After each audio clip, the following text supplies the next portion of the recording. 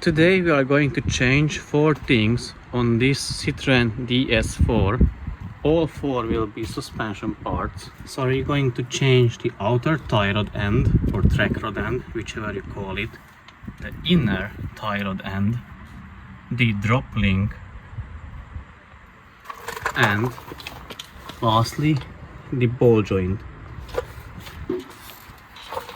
So first I'm gonna show you how to change the tie rod end.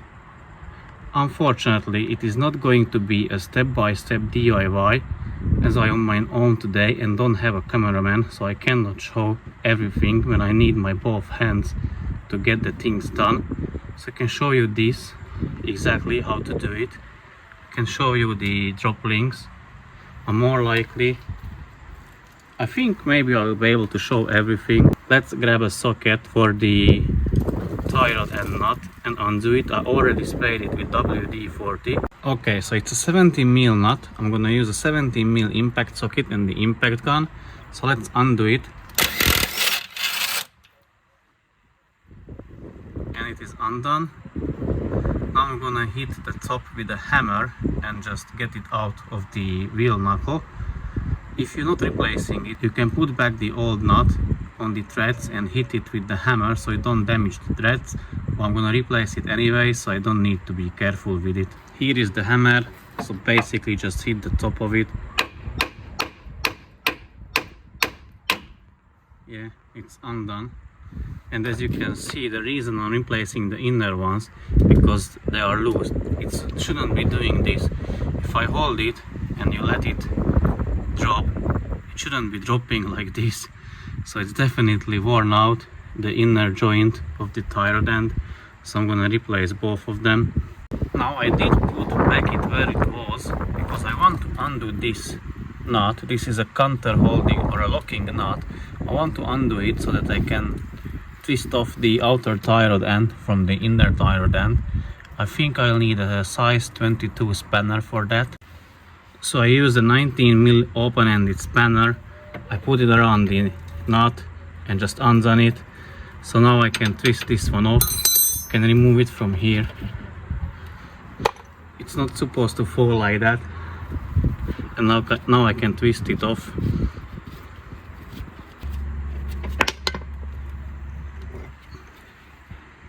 It is off. Now I'm going to remove the inner one. You can see that rubber gaiter. I'm gonna try to save it, so I'm remove this clamp and the one further down on the other end. I'll show you when it's removed how that looks like.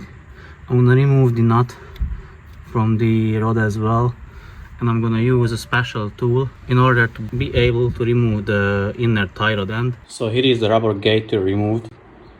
On this end you have this small clamp. Basically you just push these two tabs on it together and you can remove the clamp. It's fairly obvious. The other one is a click or clip, or what it is called.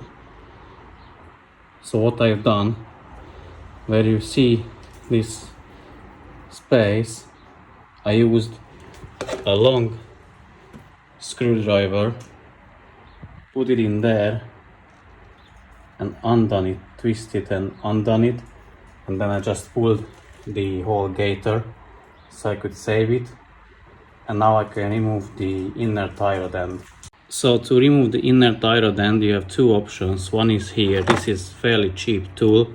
It's £10 I guess from Amazon. So basically you put it around the tie rod end, tighten it all the way, then use an extension and the ratchet and undo it.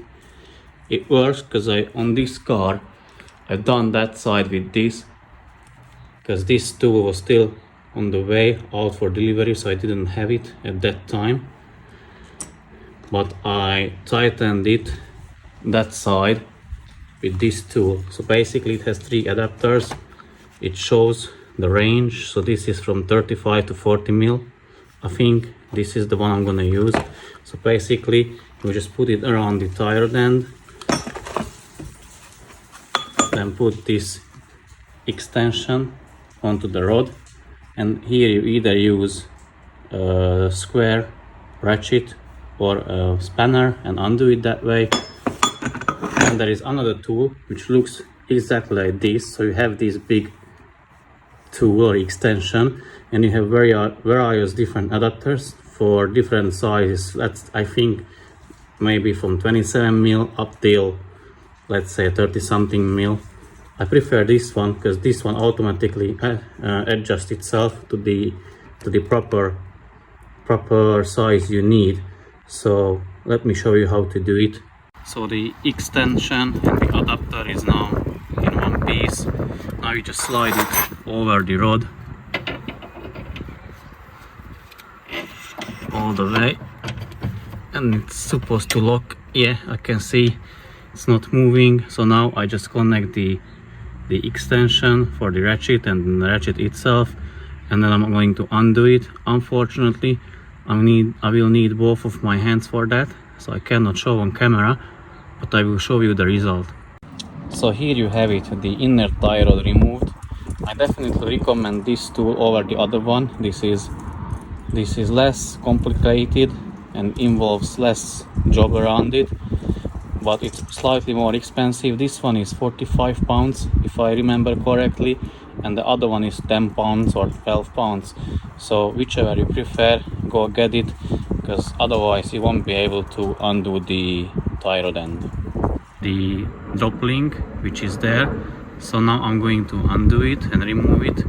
Basically there are only two nuts, one down there which is facing that way, and one here which is facing towards us. Just remove this cable and the bracket, and now you have access to the top bolt. I'm gonna use WD-40 on it and try to undo it with the impact gun. If that not works, I will either try to hold it from the rear with something, a spanner or pliers, and undo the nut. And I'm going to repeat the same step on the bottom nut as well, so stay tuned. It is a 17mm nut. I'm gonna use a socket with the impact gun. I hope it will undo it, because there is a chance the thread will be spinning with the nut, so I may use another method, but let's see if this works. Oh yeah, it worked. So now I'm going to try the same with the bottom one. So with the bottom I wasn't that lucky. Because there is not too much space there, so I couldn't fit the impact gun. So I used just a regular spanner, and as you can see, here is the nut. So I used another spanner whilst holding this nut and then undoing the one from the other side. So now both nuts are undone. Now I just need to get out the drop link from its place. I'm gonna use a hammer and just hammer it out.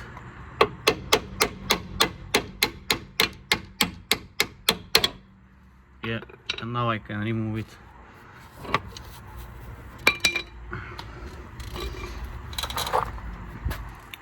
It was fairly easy.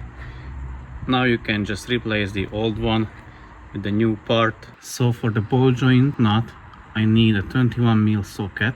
I'm gonna hammer it on a little bit, and I'm gonna use the impact gun to remove it.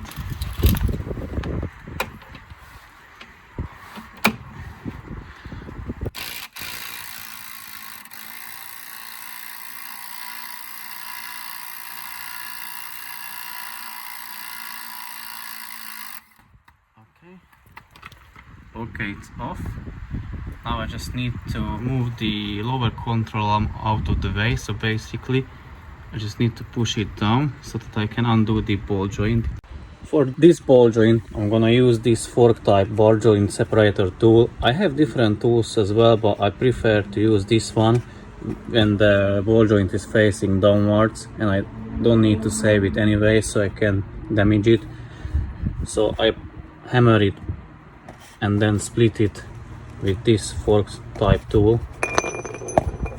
Unfortunately I won't be able to record it because I will need my both hands, but basically you just hammer it, wedge it in, and then pry it, and it should come off loose. So now I have the ball joint removed from the control arm. As you can see, I have that C-clamp on the control arm.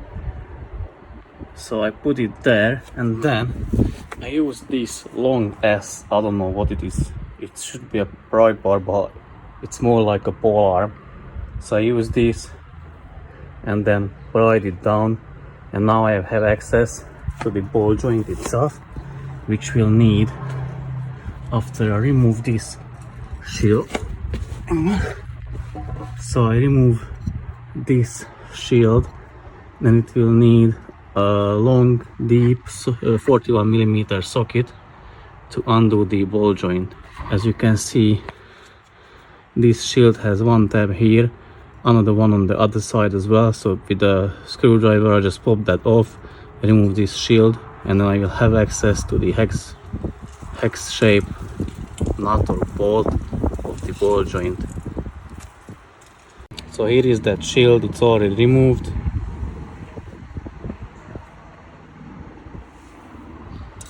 And now the ball joint, as you can see, here is that hex nut of it. You will need a long, deep 41mm socket which fits on it.